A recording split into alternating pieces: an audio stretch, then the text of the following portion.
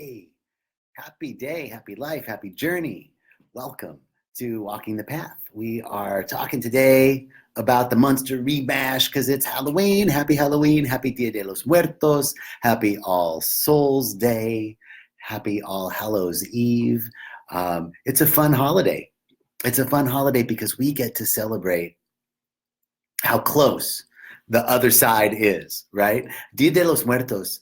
I always wondered about Dia de los Muertos. Like, what is the deal? These skeletons, like seeing them, getting married and dancing and drinking and eating and doing all this stuff. And like, I've even seen little dioramas of the skeletons for Dia de los Muertos doing, giving birth, right? All this stuff. And I was like, what's the deal with this? Well, here's the deal, that life and death are just different sides of the same coin. And in fact, the Aztec goddess of life and death is the original celebration of her feast day was in August. And the Spanish, when they came with the Catholic Church, brought that original feast day of Dia de los Muertos, the goddess feast of life and death. The goddess of death is the goddess of life. That they brought that together and made it on All Saints Day, right? So that's why Dia de los Muertos and Halloween, or All Saints Day, are together. And the purpose of Dia de los Muertos is to show the richness of the afterlife, the richness of the experience that our family members, our loved ones, are having in the afterlife. They're dancing, they're drinking, they're eating, they're getting married, they're seeing the doctor, they're giving birth, they're doing all of this, that there's a rich life after life. That is the purpose of Dia de los Muertos. Hey, everybody, I'm glad you guys are joining in. Thank you so much. Welcome. So I was thinking, like, what's the topic today? It's Halloween. And I thought Monster Remash, the Monster Mash, the spiritual monster mash, the remash. We're going to mash it all up. And if you can see behind me with my beautiful diagram here, my board. I have a board and stuff I can point to. I'm very excited. So if you can see, we're going to talk about, we did some good work this last month. These are the topics from the last month. Perception checking, give up all hope, which is really an uplifting topic, and mind hacks, and oneness. Those are the four things that we covered, and they were some really good stuff that we talked about, and I thought, let's recap the month. It's the end of the month. It's the beginning of a new month, so we're closing off one month. Hey, everybody. Hey, Debbie. Hey, Daryl. Hi, Zin. Hey, T. Hi, Chantel. Woo! Everybody's coming in. So we're closing out one month. Jill, I love it. JJ in the house for the Monster Mash. Okay, so we're going to remash everything that we did in the month of October. And it's really good stuff, so this is why I wanted to go over it. Here we go. So starting with perception checking, right? This is a key to de-escalating. It's a key. I've noticed some of the things that I'm working on is being less reactive. I react in a heartbeat, and it's like one of those, like, whoa, where did that come from? Right? So reactive, so easily offended sometimes. Me, I know. And it's totally human. We've got to just be gentle with ourselves. And in fact, with the observer consciousness, which we're talking about with mind hacks, with the observer consciousness, we then begin to get a little distance between our reaction and the thing we're reacting to and who we are, right? The observer. So perception checking is key. So we talked about this on October 17th. We're going to go mid-month. We're just jumping around. It's a mash. It's a monster mash. It's a monster remash because it's Halloween. So perception checking. There's two kinds of perception checking. We have number one. There's two kinds, 1 and 2. I'm really good at this. So the first kind is where you describe something that happened, give your interpretation of it, and then ask for clarification. Like, for instance, I've been sending you emails and I haven't gotten a reply, or and I call you and I go, hey, how are you? I just wanted to check in with you and see what was going on. I hope you're well, because I haven't gotten a reply back from you from the emails that I sent. And I didn't know, so that's the description. Here's what's going on. I hadn't gotten a reply back. And you just say it. I haven't gotten a reply back. And then the interpretation. I know you're really busy and you've got a lot going on. Or maybe you're upset with me, or I've done something wrong. I don't know. So I just wanted to check in with you and see what's going on. Clarification, description, interpretation, and clarification, right? That's the first kind of perception checking. Hey, I walked in and you didn't say hi to me. You didn't greet me like you normally do. That's the description. I'm wondering, did I do something wrong? Are you upset, or are you just having a bad day? Are you, wanting to be quiet, wanting to be left alone? There's the interpretation, and then asking for clarification. What's going on? How can I support you? Right? This cleans up communication. We're checking our perception. I walk into the room, I don't get the normal greeting that I get from my office mate, and now I want to check and see what's up. And here's a method to do it. Number one, describe what's going on. And that's just a what's so. It's just a state the simple truth. And then my interpretation of it, and then asking for clarification. The second kind of perception checking is really useful when you are wanting to de-escalate a situation, when you're in the middle of something with another person and it's getting heated, right? Or like I've had it where somebody sent me an email and it pissed me off, and then I went and called them, and instead of coming at them, I used this method to de-escalate my own rising. It's always with us. It's never with the other person. It's always the subject. It's never the object. So I use this as a means of de-escalating my own interpretation of what's going on. So the second way of perception checking is to repeat what was going on. So for instance, I had a colleague that I asked to do something, and it was like a slap down, and said they couldn't do it, and they were just too busy. So when I asked them what was going on, I was pissed, and I called them like, "Are you serious? Like, what are you telling me? I'm busy too, right? You can't be telling me you're busier than me.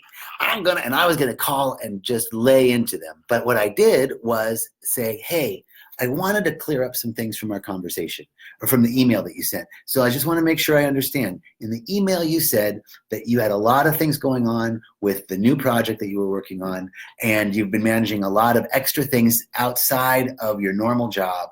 And these extra things have taken away from the job that you're supposed to do. And because of that, you don't really have time for the job that I'm asking you to do. Yeah. Now, when I went through all of that and said that, I all of a sudden understood what he was saying, because I didn't hear what he was saying before. All I heard was, you can't do what I'm asking you to do? Seriously? Serially? Right? That's what I was thinking. So when I actually went through the exercise of repeating what he said, I understood it better. And then I was more compassionate with him, and being more compassionate with him, guess what? He did what I was asking him to do. It totally de-escalated the situation, brought love and compassion, which eased up all of the tension and the, hey, you're trying to push something off on me. And no, when I really sought to understand where he was coming from, it de-escalated everything. And the end result was the job got done. That was the key, right? So 2 types of perception checking. This is key to establishing a way of communication that's steeped in love and openness. Open, honest communication.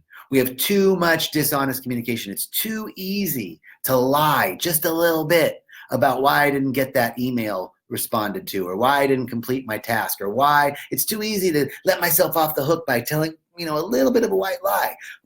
Why not be really open, honest, and loving as we communicate, and watch what a permission that gives others to be open, honest, and loving. Okay, number 2, coming at you with the monster remash for Halloween. Number 2, shall we go to give up all hope?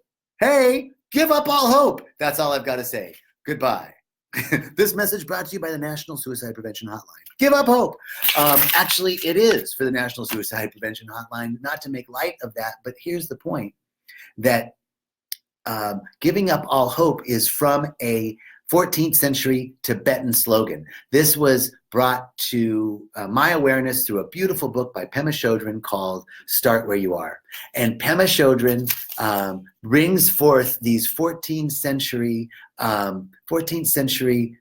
slogans that are meant to jog your mind, right? So when I say something like give up all hope, it goes, what?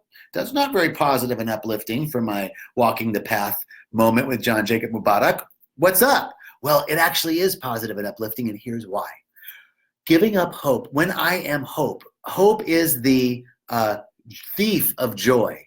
Hope is a beggar. Those are two statements that I've heard recently that I really resonate with. Because when I'm hopeful of something, what I'm doing is not being present in the moment, and I'm not accepting what's so. And my not acceptance of what's so is the fastest way for me to stay in what's so. Because if I'm not accepting what's so, what's present in my moment, I'm resisting. And what you resist persists, right? That's one thing we know. So when I am giving up hope, what I'm doing is giving up hope for there to be anything better than right now.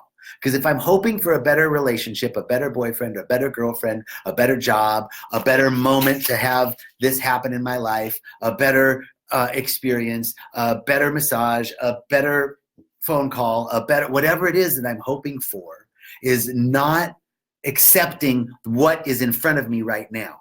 And the only thing that is going on is right now. And the only opportunities, possibilities exist in the present moment. They don't exist in the future, and they don't exist in the past. The only possibilities that exist are in the eternal now, right now. So hope takes me to the future, hoping for some fantasy of the future, or it slingshots me back to the past as I'm nostalgic for, oh, only if it was like it was in the past. I'm not present. I'm nostalgic about the past, or I'm fantasizing or hopeful about the future. Either way, it's taking me outside of my only place where there's power, which is the present moment. So here's the deal with giving up all hope. The universe is reflective. The reflective nature of the universe is that it reflects back to us what we put into it. And how do we put into the universe? The universe feels us. It doesn't hear us, right? So how do we connect with the universe? It's not by speaking, oh, universe, I know you're hearing me. I'm speaking to you in this manner because I want something from you. I'm putting it in. True, your words are powerful, but the power of our words is the vibratory frequency that they contain. And that vibratory frequency has to do with the feeling tone, the vibrational frequency of my feeling. The universe feels us, it doesn't hear us, right? And so in this way, when we are giving up hope, we are anchoring into what we want. Here's how that works. If I'm hopeful for a better relationship, it means that what I have right now isn't good enough. And therefore, my vibratory feeling about my relationship is not enough and lacking. It's lacking something. And the universe feels us. It doesn't hear us. So the universe is now feeling that I'm lacking in my relationship. And it's going to reflect back to me more lack. More opportunities for me to see lack in my relationship. Here's the thing about that. We think, I'm loving the hearts, people. Yes, I love it. We think that if I say that I'm okay with what's so, it means that I'm accepting it. And we don't want to accept our present situation. We want something better. So here's the mind hack, our next thing for that, which is simply to say this or something more, this or something better. But the first power, the only power that we have is in the present moment. And that is why giving up all hope takes us out of the future fantasy, removes us out of the past nostalgia, brings us to the can I accept gently what's so right now in this moment? Because the only possibilities that exist for me to change or have any effect on my experience is in the present moment. And the only effect that I have in my experience is my ability to respond to the present moment experience. I can't respond to the present moment experience if I'm fantasizing about the future or nostalgic about the past. I have to be present. And so that's why giving up all hope is an affirmative statement for being present in the moment, declaring our power to accept what's so right now, and in that manner, accepting that we are enough right now. And now we're telegraphing to the universe, I'm enough. I have everything I need. And guess what? It's going to reflect back to you more of everything you need. More of you have enough. That's the irony of self-help. Because if I say that I need help, it's declaring a deficiency. Right? In essence, the difference between fixing and helping and being of service is that vibrational, energetic frequency of am I creating an inequality by saying you need help, you're lacking something, then I'm not seeing that person as whole and complete. Or am I creating equality by saying I'm whole and you're whole, and the wholeness in me is serving the wholeness in you? That is the powerful place to be. So here we are, mind hacks. Next up, mind hacks. So that was Give Up All Hope from October 3rd. And now a blast from the Munster Mash Pass on 10 October, Mind Hacks. So here we are. Mind Hacks, if you remember that great Facebook Live that we did together on Mind Hacks, mind treatments. So the first thing we talked about with Mind Hacks and mind treatments was that that we need to, basically, with treating our mind, we need to lift our minds above confusion. Thank you. Now I just lifted my mind above confusion. Thank you, Spirit. So mind hacks, mind treatments help us lift our minds above confusion. And because a mind is a terrible thing to taste, baby. Let me just tell you, we must be aware of our fear, doubt, guilt, judgment. Again, going back to Give Up All Hope, if the universe feels us, it doesn't hear us. So where am I living in my vibrational frequency? Am I living in worst case scenario? Am I living in fear, doubt, and worry, waiting for the next shoe to drop? Or am I keeping myself lifted above confusion? We do that through mind hacks and mind treatments. The first thing is rethinking prayer. A spiritual mind treatment is simply a declaration of intention, because that is what we are using, our word to declare our future. Reverend Michael says we don't see what we describe, we don't describe what we see what we describe. That's it. We don't describe what we see what we describe. The world is as we describe it.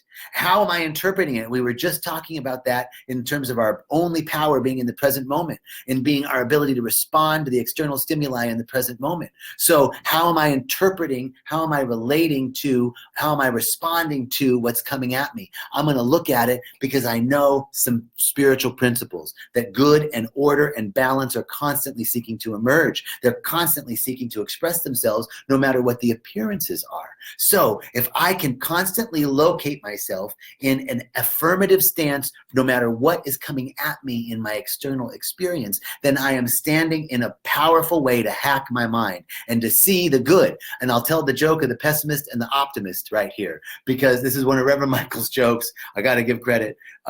There's a pessimistic kid and an optimistic kid. They both have to clean the stables on a Saturday. The pessimistic kid walks into the stables and he's cleaning up and he's pissed. I have to clean this horse shit up. I hate this. He's shoveling his shit and he's pissed. It's Saturday. He wants to be playing with his friends. This sucks, right? And the adult walks in to check in on the optimistic kid, and he's rolling around in the shit and throwing it up in the air and digging in it and smearing it all over. And the adult goes, "Kid, what are you doing?" And he goes, "Oh, well, I figure with all this horse shit in here, there's got to be a pony somewhere," right? So, what are we looking at? Am I looking at chores, this sucks? Or am I looking at, there's got to be some good seeking to emerge? And I bet there's probably a pony ride in it for the kid who is optimistic after he cleaned the stables, right? So how am I going to see through the caca of life and turn that into the lotus blossom? How do I react? Spiritual mind treatments. It's a way to treat our minds. And we anchor ourselves in a spiritual mind treatment by being able to state some spiritual principles. And spiritual principles are simple principles that are declarations of the truth, that the universe is a friendly place, constantly working on my behalf, that everything always works out for me, that the presence of God is loving. It has to be, because it gives us the gift of life without any condition.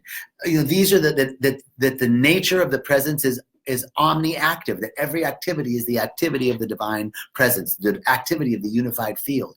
These are spiritual principles that I can sink my teeth into when the caca hits the fan, when the shift hits the fan, right? I can sink my teeth into these and really know that I can expand my love consciousness with these mind treatments. So I can identify an area of chronic complaint, and I can do that and then speak 5 affirmations. I love my life. Area of chronic complaint, my body. I'm unhappy with my body. I don't like my weight. I wish I was more or less of this or that. All right, so here's 5 affirmations. I love my life. I love my home, or I love my body, or I love my job, or I love my relationship. I love my finances. I love all the people, the institutions that I'm connected with, everything regarding my finances. I love money and money loves me. I love abundance and prosperity, and they are already mine. I love that I can afford anything I desire. We're going to put love in front of something and we're going to state it and we're going to generate that feeling of love. We're going to expand our loving, right? That's one way to hack our minds, is to tap into our love consciousness, into our heart space, right? Here's another way to hack our minds, is to be the observer. To be the observer. This is a radical and amazing exercise. If you instill observer consciousness, you will begin to separate yourself from the external stimuli and from your reactive nature, right? It's a great thing to do. Here's how you do it. One way you can practice instilling observer consciousness is take on this challenge. Speak about yourself without judgment and in the third person for an entire day. I mean, it would look something like, there's JJ getting up to go pee. All right, there's JJ brushing his teeth. JJ's making coffee. JJ's having doubts about the day. There's JJ worrying about whether he's going to be on time or not again. There's JJ running late. There's JJ making it to the office just in time. There, you're just, how can you just the what? So there's JJ being happy. There's JJ being sad. There's JJ being angry, right? Just not judging the anger or the happiness or the sadness, just observing it. And by talking about yourself in the third person, you can begin to create a little bit of space, between you and what you're observing, right? In the act of observation, we're creating space. So one of the biggest mind hacks that we can do is begin to institute observer consciousness in our daily activity. This is one way to bring our practice off the mat, off the cushion, off the ceremony mattress, and into our daily lives, is by instituting observer consciousness. So that's another mind hack. Finally, so we've gone over perception checking, giving up all hope, mind hacks, and now oneness. Do you notice there's nothing under oneness?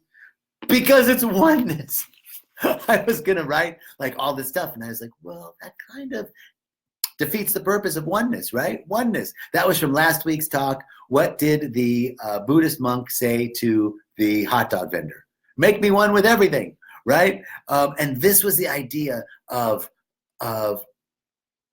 anchoring into the truth that I and the Father are one. Ultimately, all prayer, all mind hacks, all perception checking collapse into this notion that I'm not separate from anything, that my good is your good and your good is my good.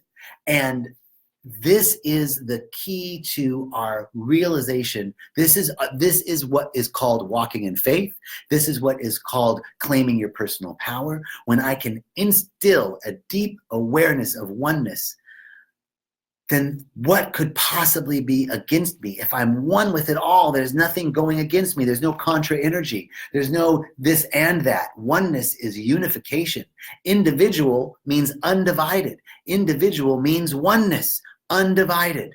So ultimately, our intention in using these mind hacks, our intention in checking perception, our intention in reminding ourselves to give up all hope and be in the present moment, is to ultimately have a deep awareness of our oneness with the source of all of life, that we're not separate from it. I'm not separate from the guy in the grocery store. I'm not separate from the guy that cut me off. I'm not separate from my brother. I'm not separate from my good. I'm not separate from intelligence. I'm not separate from genius. I'm not separate from creativity. I'm not separate from excellence. All of the qualities, they're right here because I was created from them. You were created from them. I can't be separate. The wave can't be separate from the ocean. The sunbeam can't be separate from the sun. They're one and the same thing, and the sunbeam has all the qualities of the originating source. And the wave has all the qualities of the originating wholeness. So we have all the qualities of the source that created us. And so if I'm one with that source, the only thing that's obstructing me or you performing the miracles that Jesus performed is our oneness with God, a deeper realization that I'm not separate from anything. If I could institute that awareness into my everyday, moment by moment living and breathing, what power, what awareness, what absolute ease and grace, all the things that we want, effortlessness, is available in a deeper realization of oneness. And so this is the intention, that we must lift our minds above the confusion, and that confusion is that we're separate. All of these things have to do with bringing us to a state of oneness. We must rethink our prayer. We're not praying to anything. If I'm one with everything, then how can I pray to something? I'm praying from an awareness of oneness. So we have to rethink our prayer and declare the truth of the situation. We must realize that our path to oneness is a releasing of any lower vibrational form, any lower thought forms that would have me think of myself as separate from my good, separate from my abundance, separate from my health, separate from my love, separate from all the good there is seeking to express. I must recognize oneness in everything. And so I do that in nature, I do that in prayer, I do that in meditation, I do that in contemplation, in all the ways. So our remash, our monster remash for the month of October is to anchor in, this is what we talked about. We did some good work, all of us together. I'm so grateful. And remember, utilize, begin to sew this in, fold this in. Fold these things in little by little. Don't beat yourself up. But remember these things. Maybe even set an intention.